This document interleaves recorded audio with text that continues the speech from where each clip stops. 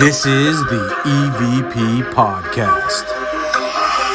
Welcome back, everybody, to another episode of the EVP Podcast with your hosts, Ghosty. And I'm Beaker. And I'm Dave. He's not a host. Dave's I'm not back. a host. Dave's not a host. I'm not. Oh, glad I got that intro out of the way. That was a rough one. Third time's the charm.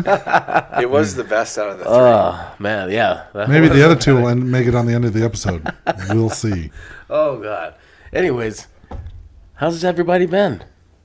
Oh, fantastic. Good. I've been fantastic as I well. talked to Ghost last night. Where'd you go? Benson Grist Mill. Where Again? else would I go? Hell yeah. I shut Family Tree down. I got to have a new favorite spot. Okay. What, anything fun? No. Nothing? All right. No, actually, we had a lot of activity in the schoolhouse. I found out some new information about one of the spirits there. I don't think she was happy that I got the information because she didn't want anybody to know. But I have a habit of finding out things anyways. It was kind of fun because I had my friend from Canada was actually FaceTiming the entire investigation. She was actually able to see what it is that we do. Because the reason why I did this is because I'm looking into possibly live streaming some of our upcoming investigations. So I'm trying to figure out a way to bring that to people that can't necessarily make it to some of our investigations. Now, I'm not going to live stream the entire investigation for people like I did last night, just bits and pieces of it. Nice. So we're looking into adding more stuff for people to view. Speaking of which, a few more weeks left for the Ritz.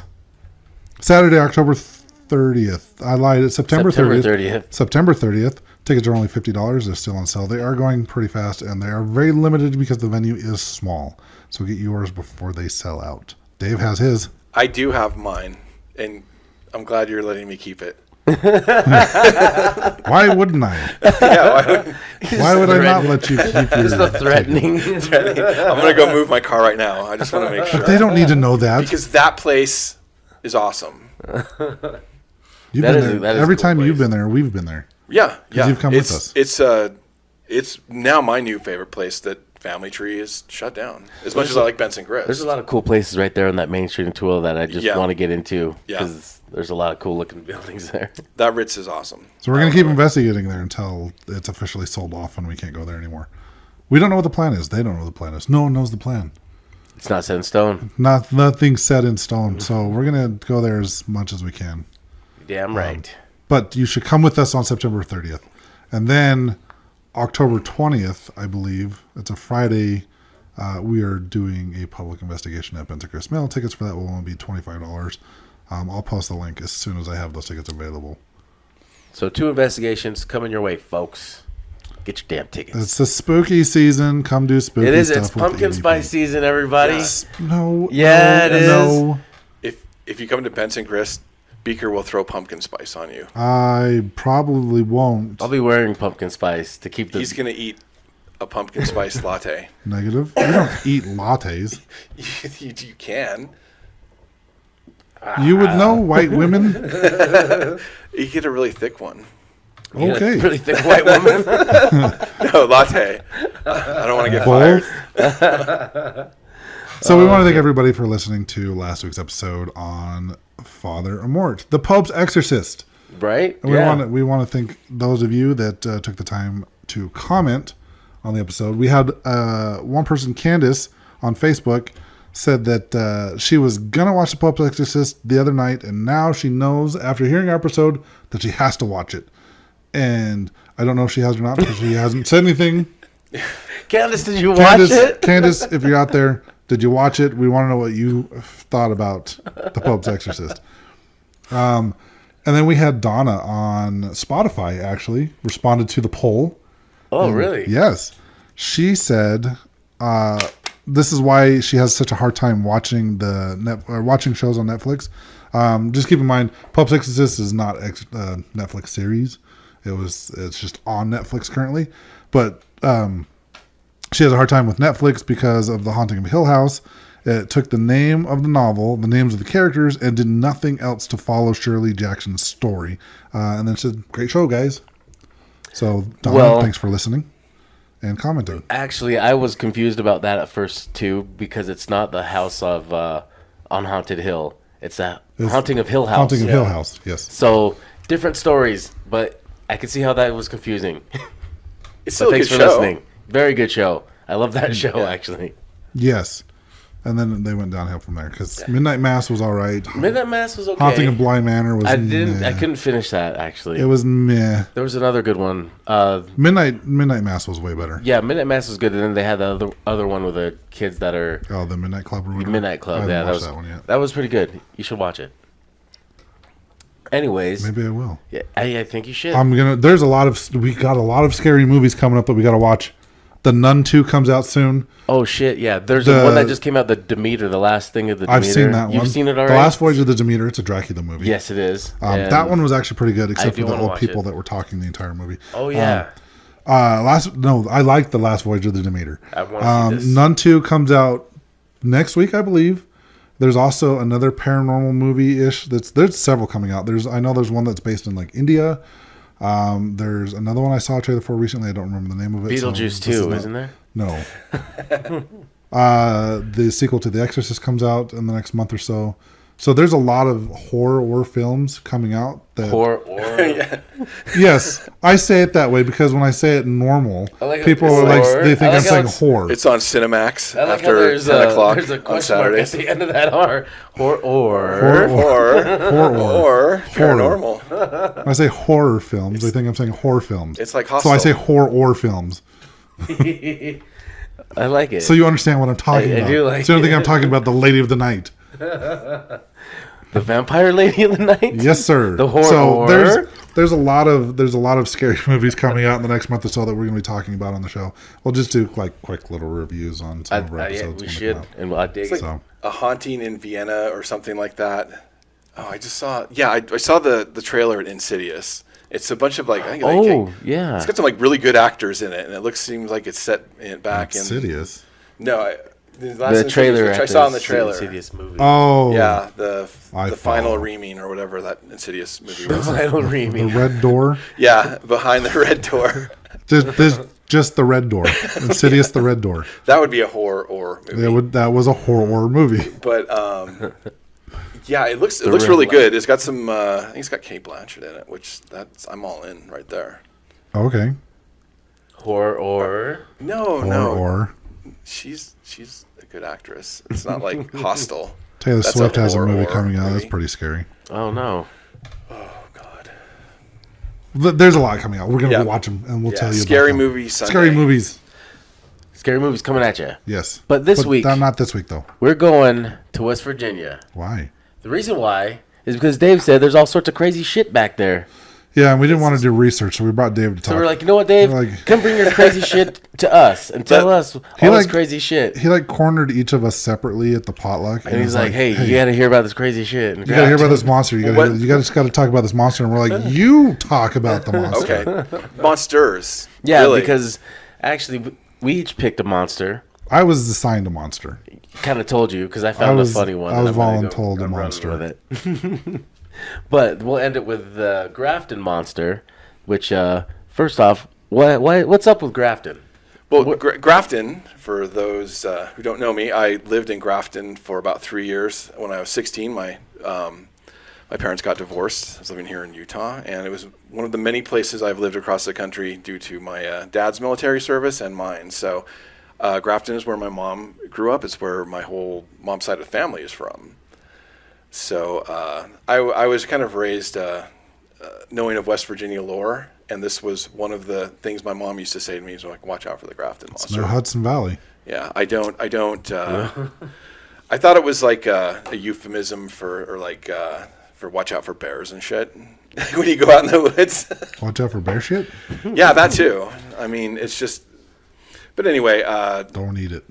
so the Grafton monster is actually one of the many. But Grafton itself, for being a small town of about, I think, 4,000 people now, it was a central hub for B&O Railroad. So how many people were there when you lived there Oh, in like maybe 1974? I was not there. 88 to 1991, and then I was back That's close. there. And then off and on in the military. That's where my mom lived.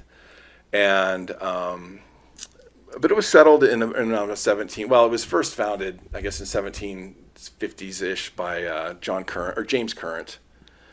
And little trivia on him, he bought like 1,300 acres for one horse. So you thought that Manhattan deal was bad? Damn. No. Yeah. And so I mean, it needs room to run around. yeah. Well, it was originally called Buffalo Flats. You know why? A lot of buffalo. Because there were actual buffalo back Is there then. flat buffaloes? Yeah, there were bison or American buffalo was part of West Virginia. Were They were delicious? everywhere. Yeah, that's why there aren't any more left. And but he actually hired a surveyor to survey that land, who later became our first president, Mr. George Washington. So Interesting. now I had heard there was no record of it. I actually went to Grafton's website to see if there was any, and right on their history of Grafton, there it is. So unless Grafton's website's losing, or it's lying, I should say. Then, Losing. well, they will be losing. If They're losing their They're minds. losing it. Is that where George chopped down the cherry tree? No, I don't think that happened. Yeah, I don't think it happened. He can't tell a lie. Yeah. I So, chopped the tree down. named after John Grafton, he was an executive with B&O Railroads, one of their main engineers, with not the one that drives trains. So that it basically was a hub for the train station. It was in a central location. It was the first like Appalachian train station there. And during the Civil War, before the Civil War, General Lee sent a bunch of colonels up there to try and recruit. This is when it was still Virginia. Was Sanders one of them? Yes, it was. He was there. He had that bow tie on. He's like, I don't want to join your slave-loving Confederacy. Yeah. And- but I think he Basically- would because he's from the South and fried chicken. Yeah, well, you know, the first KFC's here in Utah. We won't go to I'm aware of yeah, this. yes.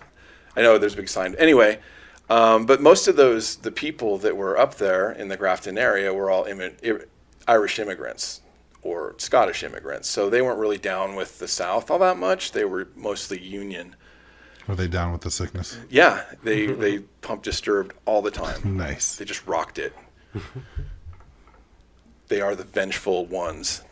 I like it. Okay, enough Disturbed references. Okay, so that failed. They couldn't get anyone to really join, but they brought some son. He was gonna try and take that station. Generally, he wanted to take control of the rails, especially that far north, but couldn't do it. And there were skirmishes between the Grafton militia and the kind of Confederate militia. And they were mostly railroad men, and that's where the first they had a skirmish. In the first Union soldier was killed in Grafton. His name was Bailey Brown, or Thornberry Bailey Brown. Thornberry. And so that kind of kicked off the Civil War.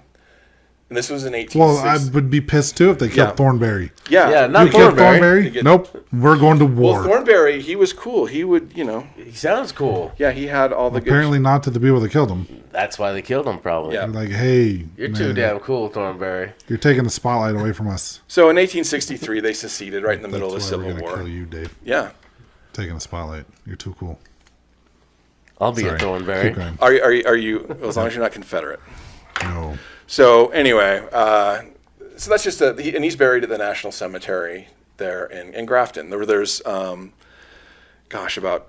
613 that are unknown burial plots there. There's about 2,100 total. I want to say like 1,200 are all Union soldiers. So this sits in the Appalachian Mountains? Yes, this is north central West Virginia. It's about, if anyone knows where WVU is, it's about 20 miles, 25 miles south. And that's close to the Pennsylvania border. Okay, so with this hub, why is there so many damn monsters here? Monsters, that's a good question. I think it's typical for West Virginia, as you found out as you guys were researching your ones. There's a bunch. We're doing three. There's like a a top ton. 10. There's like a whole list of monsters in this area. Well, like, there's not a lot going on in West Virginia, so they're constantly doing mushrooms and they're seeing things. They're eating raw ginseng. raw straight from- ginseng and harvesting mushrooms. But one more thing about Grafton is that's the Anna Jarvis who sort of started Mother's Day was born in West Virginia. So the Mother's Day Shrine is in Grafton, West Virginia. So what did she started Mother's Day? Yeah, it was just a local, then it became a state, and then I think in 1905 it became a national. It was just basically Mother's Day. 1913 actually was the national observance of the first Mother's Day, but it starts back at Anna Jarvis, so that's another little claim to fame for Grafton. Nice. And so a town of 400 people and just pumping out history. 4,000. 4,000. And they make awesome pepperoni rolls, which I don't know why they haven't caught up anywhere else. Pepperoni rolls? What are you talking about? They haven't caught up. I think Totino's. Yeah. Hello. And then pretty sure they're mass-produced. No, they're not. Hot Pockets. Hot Pockets. Isn't that what a Hot Pocket is? No, Hot Pocket. It's a dinner roll with a slice of pepperoni in it. And you might say, well, that just seems pretty simple. Yeah, the Arby's is doing it. They're calling them sliders. No. So it has caught on. Was it like a King Hawaiian roll with some pepperoni on it? No, it's basically they take like a dinner roll, a little dinner roll, and they cook a piece of pepperoni on the inside. They're called pepperoni rolls. They're very distinct to that area. I can see why. It's just a bread with pepperoni. Okay. It's simple. No one else can call it theirs. Yeah, it is, but they're really delicious. They're very popular in northern West Virginia. I'm just gonna start putting pepperoni in bread. Okay, well, they sell lots of them. I'll put some garlic butter on it. Is it a small piece? Is it a small roll? It's about the size of a King's Hawaiian. And then you just stuff it in there pre-cook? Some before, some after. Oh, it's a matter of taste. Oh, everyone has their own spin on it. Everyone in West Virginia, if they're listening right now, I apologize. They're all going, MF, they're freaking delicious. Shut up. I'm sure pepperoni sandwiches are great. I would have one, especially if it's like rolled in some kind of garlic oil. That's what I just said. Garlic butter. Yeah. On top of the King Hawaiian roll. And then bake it in the oven with some cheese. Yeah. Yep. And I'll throw it in the smoker. Yep. Smoke it. Okay. Pepperoni pizza rolls. Smoked. You heard? It. You know it. So. Boy. Grafton. Yes, Grafton. I'm wearing my Grafton Bearcat shirts for those of you watching on YouTube. All right. So. The high school, but I lived there. I went to high school there, and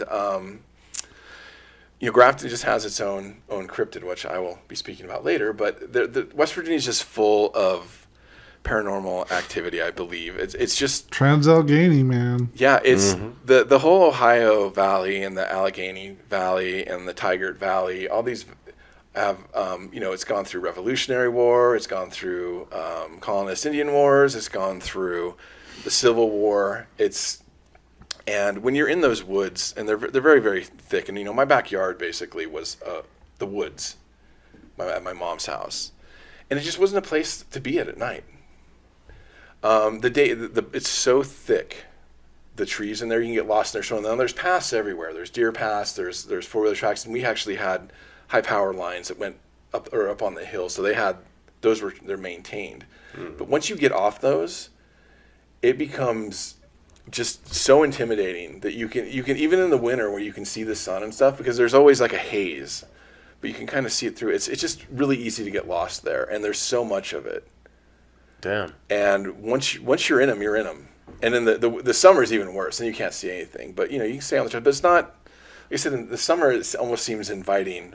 Where the winter, fall, once the trees are gone, it just becomes very, very just, like I said, oppressive when you're in them. You just don't want to be out there, huh? No, it's muddy. It's cold. That's what boots are for. Yeah, enjoy. I can tell you all about it, but let's do it. It's yeah. Hey, Can you go squatching? You can. That will be. Oh, okay.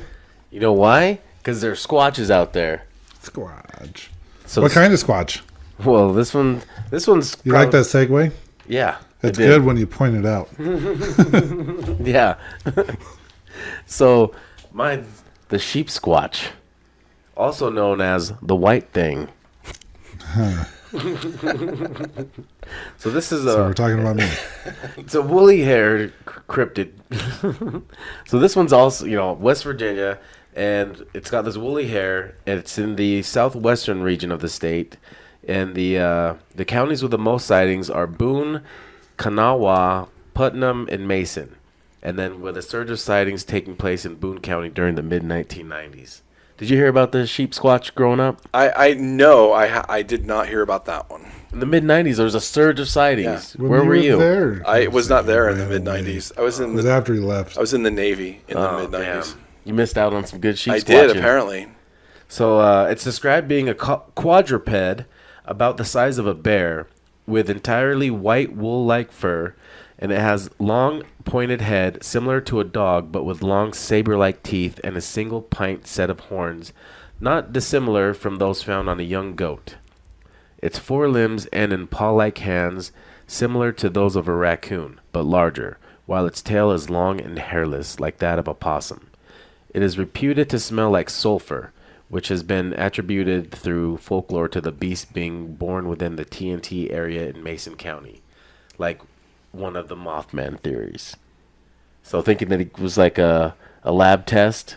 A lab test gone wrong. Yeah, that just With escaped. a goat. Yeah. I mean, it sounds like it. It almost sounds like a 3-year-old child drew a monster and someone's like, "This is it. This is what we've been looking for." That's exactly what I thought when I saw that picture of it. But they're saying, that's not might be likely why it smells like sulfur. They think it might be a musk scent gland similar to those found in weasels and They skunks. kind of throw you off the trail. Yeah. But the sightings in the 90s, there was this search here. There's a few here in the 90s. This one, a former Navy seaman stated that having witnessed the beast breaking through the forest, the white thing breached the brush line and knelt to drink from the creek. Here it drank for a few minutes before crossing the creek and continuing on toward the nearby road. The witness stated that they observed the animal for a while before it moved on into the surrounding brush. Within the same year, 2 children observed the creature while playing in their yard within Boone County. What they reported having observed looked like a large white bear, yet in this case stood up on its hind legs, making it over 6 feet tall. Startled by the children, the beast ran off through the forest, breaking medium-sized limbs off of the trees in its path. And then again, 95, the creature was next spotted a year later, this time involving a car. A couple driving through Boone County observed the large white beast sitting in the ditch alongside the roadway. As many curious passersby might do in such a situation, they stopped their car to get a better look at it. They came to describe the creature again as mostly similar to the earlier descriptions, yet they added that the creature had 4 eyes. In stark contrast to the last sightings where the sheep squatch fled the scene, the creature leaped out of the ditch and started to attack the car. Frightened by the attack, the couple drove off quickly, and once they arrived back at home, noticed large scratches on the side where the beast had attacked. 4-eyed sheep squatch. I was wearing glasses. Probably. Merry mutant sheep. And then again, in 1999, another incident involved a couple of campers who were in the forest at night, again in Boone County, around a bonfire. They eventually heard an animal snorting and scuffling around the camp in a manner similar to an aggravated bear. Though it did not come into the light of the campfire immediately, all of a sudden, the sheep squatch suddenly charged out of the darkness at the campers. Reacting quickly, they jumped up and ran back into their house, all the while being pursued by the sheep squatch. Giving chase is a natural reaction of a predator when a creature flees. It's an initial attack. Oh, that's funny. The white thing stopped at the edge of the forest when they crossed it and let out a terrible scream. It then turned around and headed back into the woods. The next morning, the campers returned to their campsite and the trail home, finding it to be torn up. They referred to it as like someone had tilled it up for gardening. I don't know about the sheep squatch. Have you guys ever seen what a bear looks like coming out of hibernation? No. Yeah. They actually I'm fat. I stay indoors. Well, I've seen pictures of these bears coming out of hibernation, and their hair looks woolly and pale because they're dirty, full of dust, and it's kind of their old hair falling out. But they're all kind of like stumbly and kind of with sabers, teeth, and horns. Well, it's a bear. They got long snout and with saber-like teeth. Yeah. No, saber-tooth tiger-like teeth. I saw the picture. Well, I mean, that's also an exaggerated. Of course, a 3-year-old drew it. Exactly. I don't know. I'm thinking some of these have to, because none of Nope. these say what time of year it is. That's the other thing. None of these stories say what time of year that they are seeing these. Because that's what I was looking at. I'm like, okay, is this springtime? Because if it's springtime, these people are camping. These bears are coming out of hibernation, and they're all disoriented. They're looking like all woolly and sheepish. I don't know. And the quadruped. Yeah, the bear, they have black bears in West Virginia, and they're about the medium size of the black bear. I think the biggest one is they've ever seen but I was like in Columbia or something, and it was 7 feet tall. But generally, I think They're about 5 to 6 feet. Yeah, in West Virginia, we would see them running around every so often, and they were definitely. Everyone I saw was running away. You'd be playing softball out, and then this freaking bear would go running across the back, not in the field, but behind the fence. It's like, yep, in West Virginia. Right. But I don't know if as big as the sheep squatch is supposed to be. What I saw, I don't know how much credence I give to the mountain monsters. I did watch that episode today too, because I knew you'd be talking about. But they had some very non-conclusive videos and a picture. How did the picture look? It looked like the side is a trail cam picture, and which I'll. It looked like the side of a bear. It looked like the side of some pixelated, like photoshopped thing they stuck on there with a big. It was like its back, and it was just like the wool. It was not for a trail cam. You've seen trail cam pictures. They're like someone walks up on it, you can see it. Yeah. All these, and again, that's the show. It was moving so fast it was blurry. Yeah, and the other one was behind a guy had a video, and this was actually, some people from West Virginia. I'm not saying I don't believe them. I'm just saying their videos were very non-conclusive. Suspect. Yeah. No, the trail cam one, I'm saying it was photoshopped. I'm just saying it was like, a very blurry picture with a very blurry, woolly looking tall back thing, and that's it. Yeah, and they're like, oh, that's it. It's right there. That's it. Look at this blurry thing. That's proof. Yeah, that's kind of what they do on that show. Is everything is proof. You hear that? That's a Grafton monster. Go get it. It's. I call bullshit to the sheep squatch. Yeah, I think, which I'll be getting to. I think most it's our of best these, kept secret in the Squatch community. if anything, if Bigfoot are a thing, skunk ape, that kind of stuff on the East Coast, then maybe that's what it is. And the horns are just added to the story because it makes it sound scary. Because they want, West Virginia's like, we want badass Bigfoot. Because apparently they found, in that show too, they had sheep squatch poop. Oh, God. I'm sure they did. The guy was... Did he taste it? No, he smelled it and moved it around with his hands and just described what was in it. Yep, that's sheep squatch poop. Yep, that's sheep shit, all right. Yeah, and that was the definitive proof. And again, I try not to. Well, I mean, it's on TV, so it has to be real. Yeah, I try not and want to badmouth my West Virginia kin or whatever, but I'll let you do it. No. So what? I have to go back someday. What much other like monsters Tooele, on the menu? Much like Tooele, West Virginia doesn't have the internet. They'll never hear this. Yeah, there's only 400 people there. Yes, they do. 4,000. So let's go on with another monster here. We're going to talk about Fleetwood Mac. Fleetwood Mac monster. Yeah. No, actually, the Flatwood monster, Flatwoods, also known as Braxton County Monster, Braxy, or the Phantom of Flatwoods. It's got many names. Seen by many people. Our story begins at 7:15 p.m., September 12th, 1952. Oh, my God. That's almost today. No. I mean, we're close. Two brothers, Edward and Fred May, and their friends Tommy Heyer, said that they saw a bright object flying across the sky and land on the property of farmer G. Bailey Fisher. Okay? So they went home to Kathleen May. They went to talk to Kathleen. Okay. Where they told her what they saw.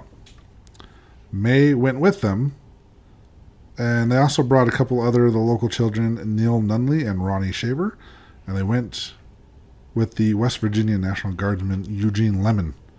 They all went to Fisher's Land. Okay, they wanted to try to figure out where it was and what the boys had saw. They go to the top of the hill, where Nunley said they saw a pulsing red light. Lemon said he aimed a flashlight in the direction and momentarily saw a tall, man-like figure with a round red face surrounded by a pointed hood-like shape. Descriptions varied in an article for Fate magazine based on his tape recording interviews. UFO writer Gary Baker described the figure as approximately 10 feet tall, or 3 meters if you're outside of the U.S., with a round blood red face, a large pointed hood-like shape around the face, eye-like shapes which emanated greenish-orange light, and a dark black or green body. May described the figure as having a small claw-like hands, clothing-like folds, and a head that resembled the ace of spades. According to the story, when the figure made a hissing sound and glided towards the group, Lemon screamed and dropped his flashlight, causing the group to run away. Now, the group said that they smelled a pungent mist, and some of them later said that they were nauseated. The local sheriff and a deputy had been investigating reports of crashed aircraft in the area. They searched the site of the reported monster, but saw, heard, and smelled nothing. According to Baker's account, the next day, A. Lee Stewart Jr. of the Braxton Democrat claimed to have discovered skid marks in the field and an odd gummy deposit, which were subsequently attributed by UFO enthusiast groups as evidence of a saucer landing. I believe it.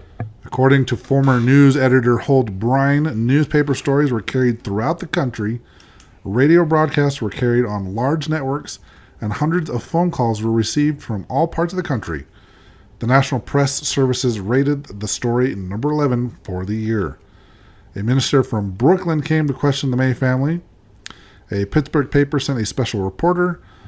UFO and 14 writers like Barker, and Ivan T. Sanderson arrived to investigate. Now, there are some possible explanations as to what these people saw. I've actually talked about this before on a previous podcast. An owl. An owl. There's a very good chance they saw a barn owl. So, this is what Joe Nickel, he was he's part of the Committee for Skeptical Inquiry. He was investigating this case back in 2000.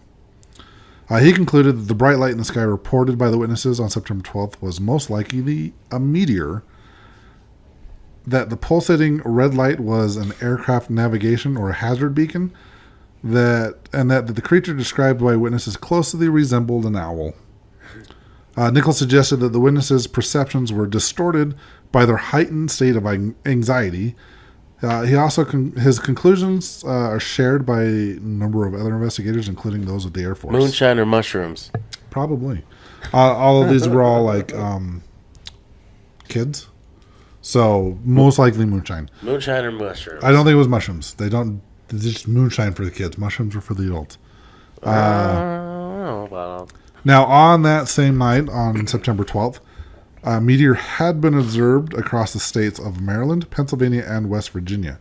So, according to Nickel, 3 flashing red aircraft beacons were also visible from the area of the sightings, which could account for the description of a pulsating red light and a red tint on the face of the supposed monster. He also concluded that the shape, movement, and sounds reported by the witnesses were also consistent with the silhouette, flight pattern, and call of the startled barn owl perched on a tree limb, leading researchers to conclude that the foliage beneath the owl may have created the illusion of the lower portions of the creature, described as being a pleated green skirt. Researchers also concluded that the witnesses' inability to agree on whether the creature having arms, combined with May's report of it having small claw-like hands, which extended in front of it, also matched the description of a barn owl with its talons gripping the branch. Now, also according to skeptic Ryan Haupt, even the local boy Max Lockhart admitted he had driven around the site hoping to see something in a Chevy truck. Paranormal investigators concluded that the tracks, oily residue, and bits of rubbery substance must have been left by the creature and not the truck. The explanations of nausea reported by some of the witnesses as a symptom of consistent with hysteria or overexertion. Yeah, I don't.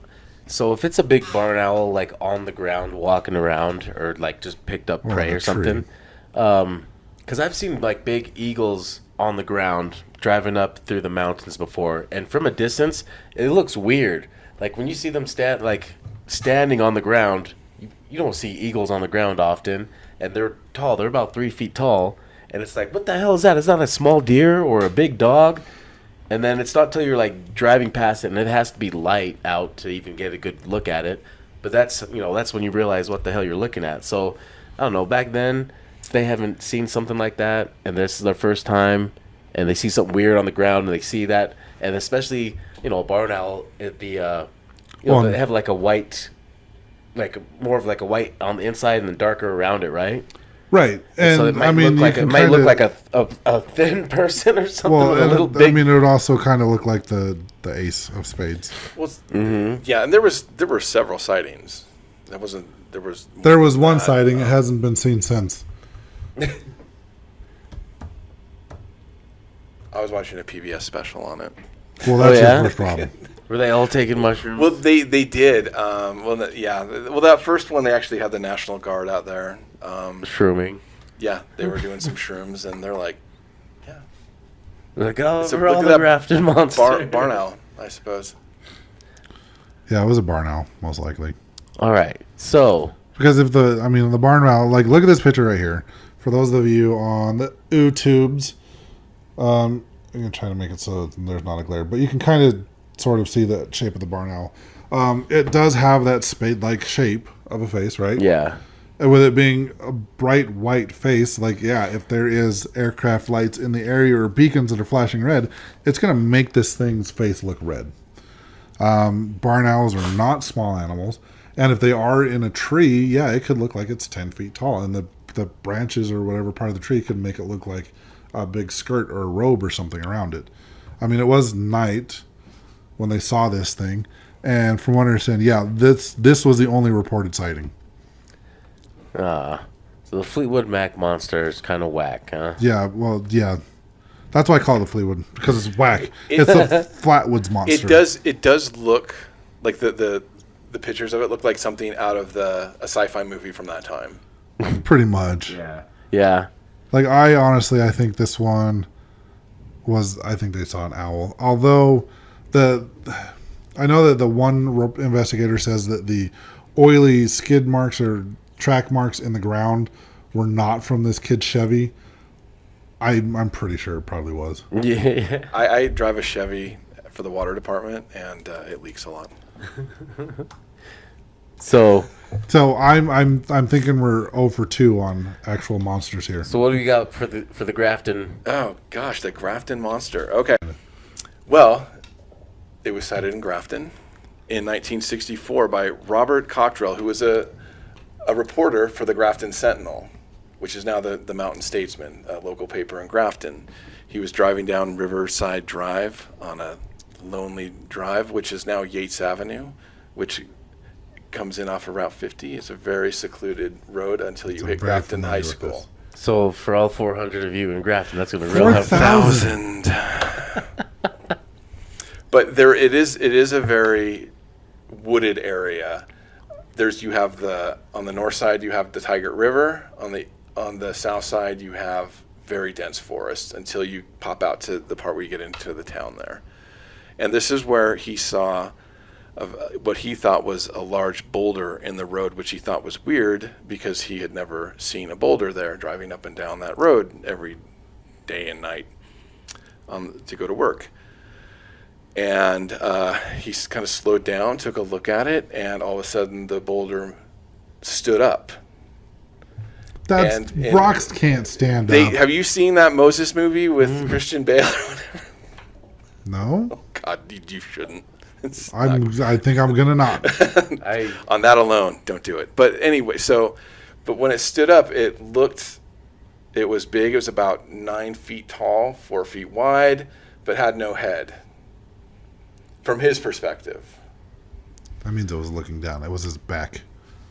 Yes. Now, so he kind kind of got freaked out, drove back to his work the next day, and told his two friends, Jerry Morse and Jim Mauser, what had happened, and they went on a little Grafton monster hunt. Look, I don't understand why he'd be freaked out. It's like an everyday occurrence that rocks stand up. They do.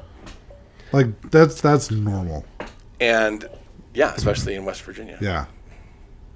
9 foot tall, 4 foot wide rocks. So they went out to go investigate, and where it was, obviously, there was no boulder there. And well, that's because they got up and walked away. Right, and there was a lot of pushed down grass and stuff, and they went out for about, I don't know, a while, and they couldn't find it, but they kept hearing this low, muddled whistling all around, and they couldn't really pinpoint where it was. It seemed to move with them.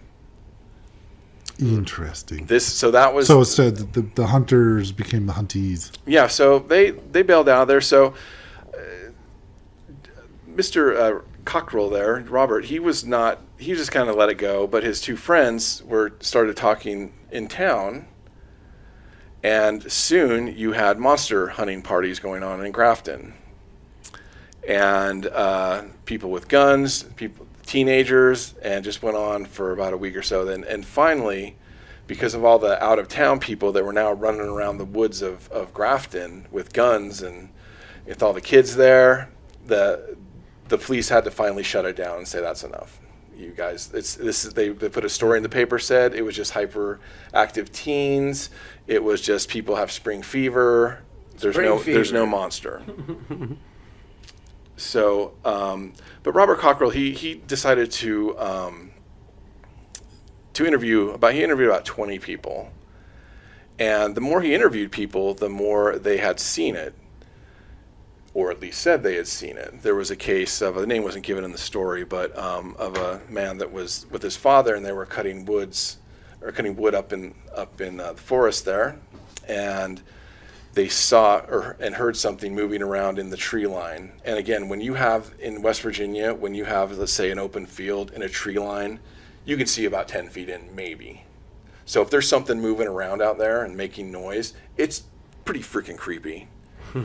So they said about 50 yards away from the tree line, and they could hear something moving fast. And they had two dogs with them, and they were just going bananas at this sound. The guy's dad said, wait right here, I'm going to go get the gun, the double barrel shotgun, had it ready to go. And the Grafton monster came out of the woods, took like 3 quick steps to him, saw them, turned around, went back into the woods, and they lost it in the tree line. The same guy was fishing months later, and this is where it kind of gets interesting.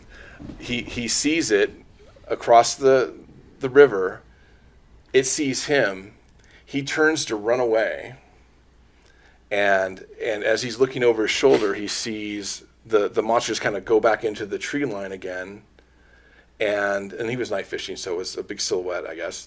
But when he was getting in his truck, he heard a loud whooshing sound, and he looked back and he saw lights light up the tree line and go up and go away. He's on a spaceship? Kind of like that. So he's an alien? He's a rock? Right. Have you seen Galaxy Quest? Years ago. But here's the thing. He's the rock monster from Galaxy Right, Quest. and this is just how it was described. Do I think this is a rock monster? No, I do not. I think this is what more likely description is like a Sasquatch or something that just only, because they said the skin looked fairly smooth, but it could be like short, like seal fur is almost. And some of the I think some of the like skunk apes and stuff do have a lighter coat, if you will. And now again, this is Mountain Monsters again. I just watched it because they had an episode on it. The same thing, picture with like you see a back of like almost a muscular back. Now I think if this thing is heads forward, and when they see it, like Beaker said, you're just seeing its back and it's kind of hunched down.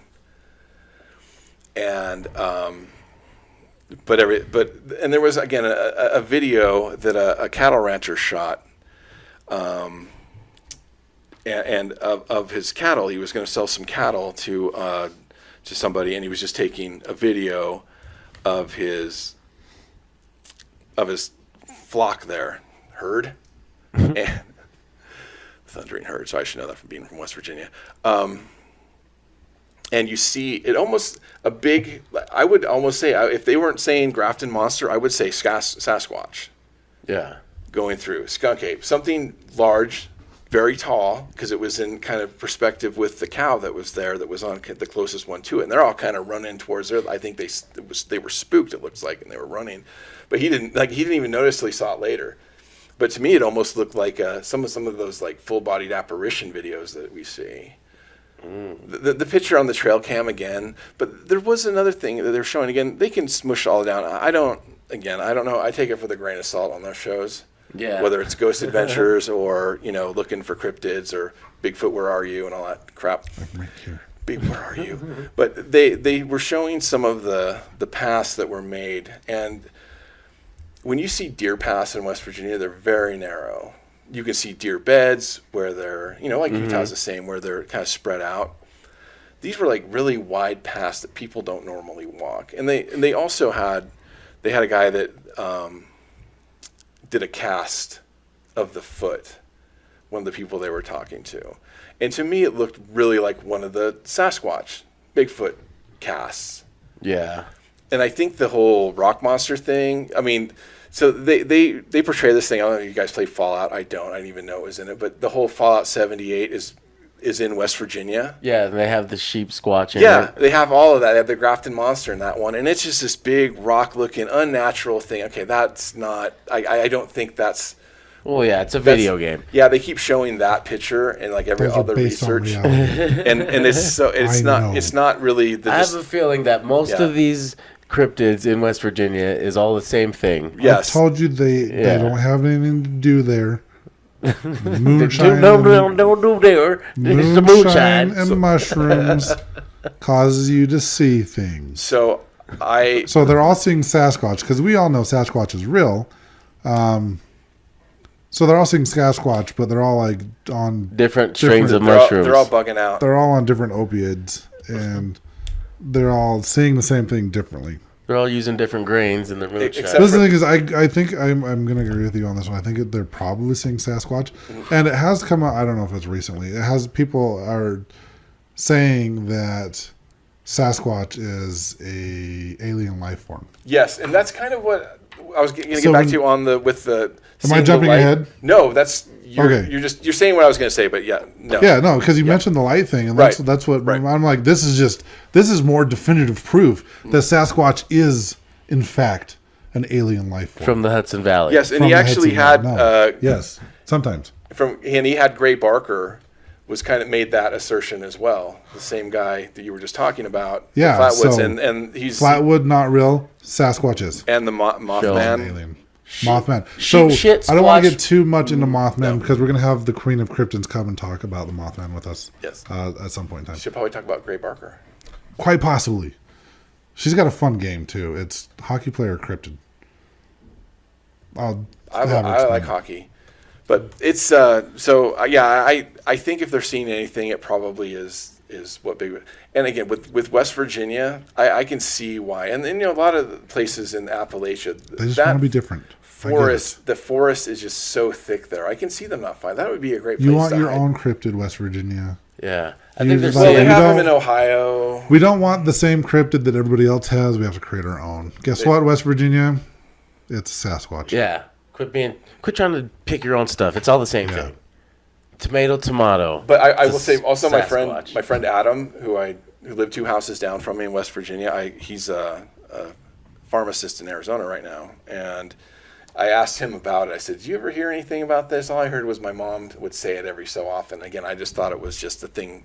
Okay, I'm going up the woods, watch out for the monster. I'm not like 8, And he's like, I never even heard of it until I was back home and I saw they put the sign out in the road about this is the first sighting of the Grafton monster, which is on Yates Avenue, which is Riverside, what was back then.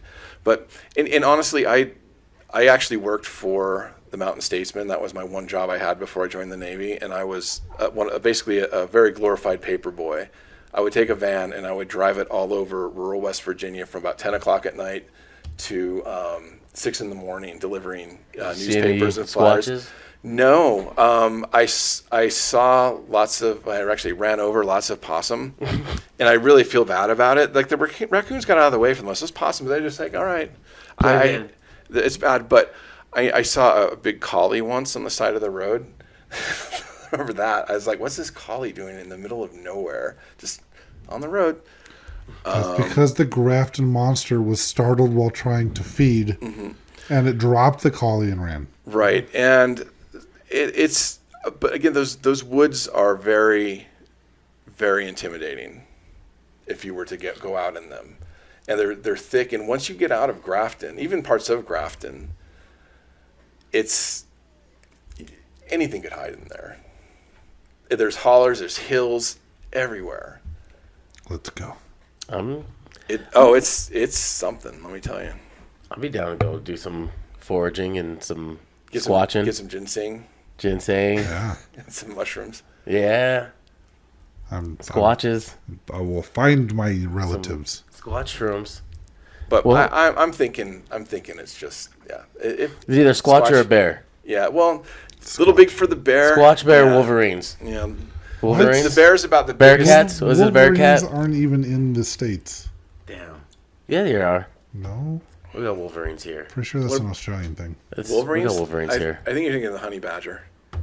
Yeah, but we have Wolverines. Wolverines are like the Michigan Wolverines. Yeah, we have Michigans here. Yeah. I don't know animals. Yeah, you just eat them. Yeah. I cook them. You just smoke them in your smoker. Yes. You ever had smoked Wolverine?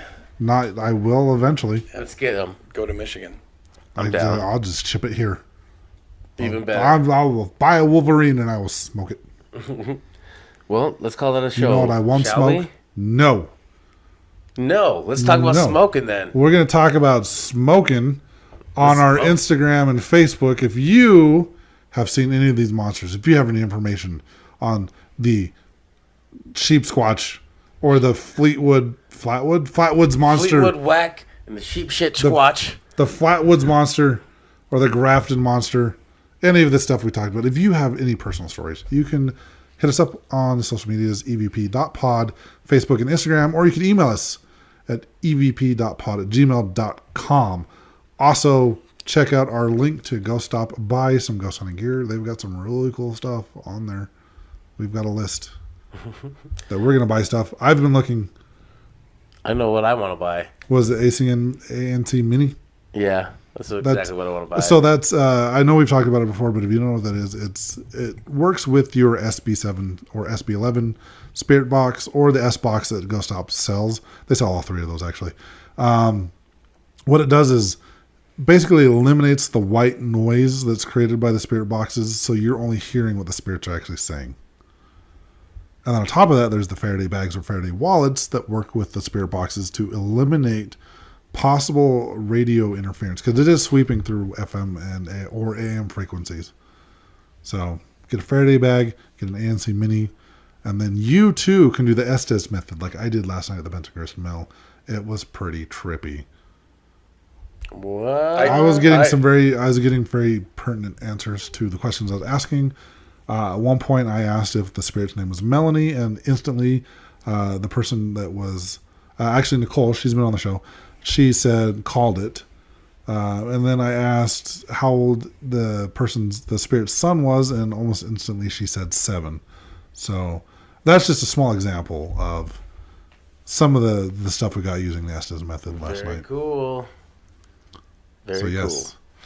Cool. Well, all right. I can't wait to use it. Next month. End of this month. At the Ritz Theater. The theater. And Benson Grist. That's next month. All right, everybody. Go to Don't Play That. Peace out, butterflies. Robots don't say ye. This is the EVP Podcast.